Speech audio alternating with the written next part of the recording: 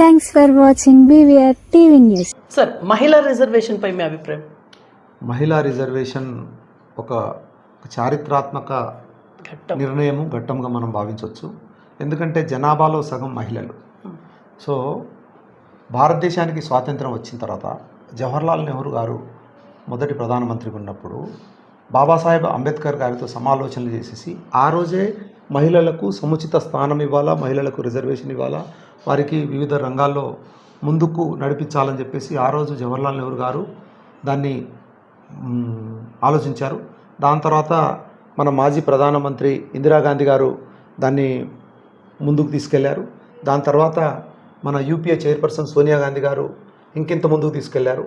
ఈరోజు ప్రియాంక గాంధీ గారు కూడా, కాంగ్రెస్ పార్టీలో ఉన్న వాళ్ళు కూడా ఈ బిల్లును ముందుకు తీసుకొస్తున్నారు. కాకపోతే ఏంటంటే ఈ టైమింగ్ ఏదైతే మోడీ గారు చేస్తున్న టైమింగ్ ఏదైతే ఉన్నదో, అంటే పశ్చిమ బెంగాల్లో, తమిళనాడులో, కేరళలో ఈ ఎన్నికల్లో రెండో విడత ఎన్నికలు ఉన్నాయి. ఇంకా ఎన్నికల కన్నా ముందు ఇప్పుడు ఇవాళ రేపు ఎల్లుండి బిల్లులు పెట్టేసి దీని గురించి చర్చించడం అంటే మహిళలకేదో తనొక్కడే ఉద్ధరిస్తున్నట్లు, లేక ప్రతిపక్షాలు అంటే కాంగ్రెస్ పార్టీ వీళ్ళందరూ దానికి వ్యతిరేకిస్తున్నట్లు ఒక అర్థం వచ్చేటట్టు మాట్లాడుతున్నాడు. ఇది కరెక్ట్ కాదు. మహిళల పట్ల, అణగారిన వర్గాల పట్ల, పేద ప్రజల పట్ల అభివృద్ధికి కట్టుబడి ఉన్న పార్టీ కాంగ్రెస్ పార్టీ. మహిళా బిల్లును కాంగ్రెస్ పార్టీ పూర్తి స్థాయిలో స్వాగతిస్తుంది. డీలిమిటేషన్ మీద మీ అభిప్రాయం? డీలిమిటేషన్ ప్రక్రియ అనేది అసలు 2021లోనే జరగాల్సింది. ఎందుకంటే 2011 జనాభా లెక్కల ప్రకారం చేస్తున్న డీలిమిటేషన్ ప్రక్రియ అది 2021లో జరగాల్సింది. మోడీ గారే ఆ రోజు ప్రధానమంత్రిగా ఉన్నారు. ఈరోజు డీలిమిటేషన్ తీసుకొచ్చేసి రాష్ట్రాలకు 50%, అంటే దేశంలో 100 సీట్స్ ఉంటే 150 చేస్తా ఉంటే రాష్ట్రాల్లో కూడా 150 చేస్తా అని చెప్పేసి అంటున్నారు. అంటే స్థూలంగా చూసినప్పుడు అందరికీ బెనిఫిట్ అవుతున్నట్టు కనిపిస్తున్నది, కానీ అంతరం ఎక్కువైపోతున్నది. ఇప్పుడు 80 సీట్లున్న యూపీ, ఉత్తరప్రదేశ్, 17 సీట్లున్న తెలంగాణ, మధ్యలో ఏదైతే గ్యాప్ ఉన్నదో వాళ్ళకు 120 సీట్లున్న యూపీ, 25 సీట్లున్న తెలంగాణతో గ్యాప్ పెరిగిపోతుంది. అంటే ఆ గ్యాప్ శాతం ఎక్కువ పెరిగిపోతుంది. ఇది మోడీ ఎవరికి అర్థం కాకుండా దక్షిణాది రాష్ట్రాల నడుము మీద కొట్టే దెబ్బ. కాబట్టి రేవంత్ రెడ్డి గారు ఏదైతే సూచిస్తున్నారో, ఏది 50% ఏమో జనాభా ప్రాతిపదికన, 50% ఏమో జీడిపి అంటే గ్రాస్ డొమెస్టిక్ ప్రోడక్ట్, అంటే రాష్ట్రాలు కేంద్రానికి ఇచ్చే బడ్జెట్ ప్రకారం చేస్తుందంటే దక్షిణాది రాష్ట్రాలు ఏదైతే కర్ణాటక, తమిళనాడు, కేరళ, ఆంధ్రప్రదేశ్, తెలంగాణ, గోవా రాష్ట్రాలు ఏవైతే ఉన్నాయో ఇవి జీడిపి ఎక్కువ కాంట్రిబ్యూట్ చేస్తున్నాయి. అంటే మనకు ప్రాతినిధ్యం పెరగాల.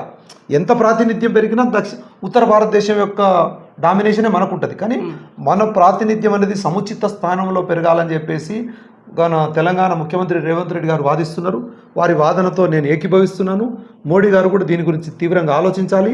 డీలిమిటేషన్లో దక్షిణ రాష్ట్రాలకు ఆ నిష్పత్తి ఏదైతే ఉన్నదో, ఉత్తర భారతదేశం యొక్క నిష్పత్తి, దక్షిణ భారతదేశం యొక్క సీట్ల నిష్పత్తి ఇవాళ ఎట్లయితే మెయింటైన్ అవుతున్నదో అదే నిష్పత్తి మెయింటైన్ అయ్యే ప్రకారము మన జీడిపిని కూడా దృష్టిలో పెట్టుకుని దక్షిణ రాష్ట్రాలకు ఎక్కువ సీట్లు పెంచాలని చెప్పేసి నేను మోడీ గారికి డిమాండ్ చేస్తున్నాను. ఓకే సార్, యుద్ధం మరలా వచ్చే అవకాశం ఉందా? యుద్ధం జరిగినప్పుడు భీకర దాడులతోనే మనం యుద్ధం అంటున్నారు మీరు? అమెరికా ఇరాన్ యుద్ధం. ఓకే, ఎందుకంటే మీరు ప్రశ్న. ఓకే, సో ఇప్పుడు నిశ్శబ్దమైళ్ళు. ఇప్పుడు ఆ యుద్ధంని మించిన నిశ్శబ్దం అనేది చాలా భయంకరంగా, అంటే ఎప్పుడు దాడులు జరిగేది తెలియట్లేదు. ఈ యుద్ధం గురించి ఓవరాల్గా ఈ రోజు జరుగుతున్నది నిజంగా నిశ్శబ్ద యుద్ధం. ఎందుకంటే ఒకరి మాటలను ఒకరు గౌరవించాలని చెప్పేసి అటు అమెరికాకు కానీ ఇటు ఇరాన్కు కానీ లేదు.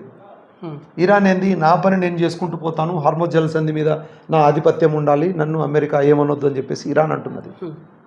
హార్మోజ్ జలసంధి అంతర్జాతీయ జలసంధి, ఇది కేవలం ఇరాన్కే దీని మీద పూర్తి హక్కులు లేవు. అలాగే ఇరాన్ దగ్గర యురేనియం అంటే అటామిక్ బాంబు తయారు చేసే, మారణాయుధాలు తయారు చేసే కెపాసిటీ ఉండొద్దు అని చెప్పేసి అమెరికా వాదిస్తున్నది. అయితే ఇద్దరిలో బలవంతుడు అంటే అమెరికా. ఇప్పుడు ఇరాన్ పట్ల న్యాయం ఉందా అన్యాయం ఉందా అని చెప్పేసి అంశాన్ని పక్కన పెడితే, ఇరాన్ మాట వినకపోతే ఏంటంటే, ఒక నాయకుడు మాట వినకపోతే దేశం మొత్తం నాశనం అయ్యే అవకాశం ఉన్నది. ఇరాన్ దేశం మొత్తం నాశనం అయ్యే అవకాశం ఉన్నది. ఎందుకంటే అమెరికా పెద్ద పెద్ద బాంబులు వేసిన తర్వాత ఎవరు నష్టపోయేది? నాయకుడు అంటే ఒకడు చస్తాడు. కానీ ఇరాన్ పౌరులు ఉన్నారు కదా, 10 కోట్ల మంది పౌరులు, వాళ్ళ ఇన్ఫ్రాస్ట్రక్చర్ ఏదైతే మౌలిక సదుపాయాలు ఉన్నాయి చూడు, అవి ఆయిల్ ట్యాంక్స్ అన్నీ కూడా నాశనం అయిపోతాయి. ఇరాన్ ప్రభుత్వము ఈరోజు ఒక మానవతా కోణంతో ఆలోచించాల్సిన అవసరం ఉన్నది. తన దగ్గర యురేనియంను ఆటం బాంబు తయారు చేసే ప్రణాళికను స్వస్తి పలకాలి. ఎందుకంటే తన దేశ ప్రజల రక్షణ కోసం అది ఆటం బాంబును స్వస్తి పలకాలి. ఇక హర్మోన్ జలసంధి విషయంలో స్థానికంగా అక్కడ కూర్చొని, అక్కడ గల్ఫ్ దేశాలు అంటారు వాటిని, వాటన్నిటి యొక్క ఏకాభిప్రాయాన్ని తీసుకొని ఎట్లా చేస్తే బాగుంటుంది అంటే ప్రపంచం మొత్తం మాట వినాల్సిన అవసరం లేదు, కానీ అక్కడ ఉన్న 10-12 దేశాలు ఏవైతే ఉన్నాయో వాటి మాటను దృష్టిలో పెట్టుకొని ఖచ్చితంగా దాన్ని దృష్టిలో పెట్టుకొని దానికి ఒక తీర్మానం చేయాలి. కానీ యురేనియంను ఖచ్చితంగా వెంటనే ఇరాన్ వదులుకొని తన దేశ ప్రజలను రక్షించుకోవాలి. వాళ్ళు అట్లా వదులుకోగానే వెంటనే ట్రంప్ యుద్ధాన్ని ఆపేయాలని చెప్పేసి నేను కోరుతున్నాను. రైట్. సో ఇది వాళ్ళ ఇన్ఫర్మేషన్ చూస్తున్నాను BVR TV news. Until then bye, take care.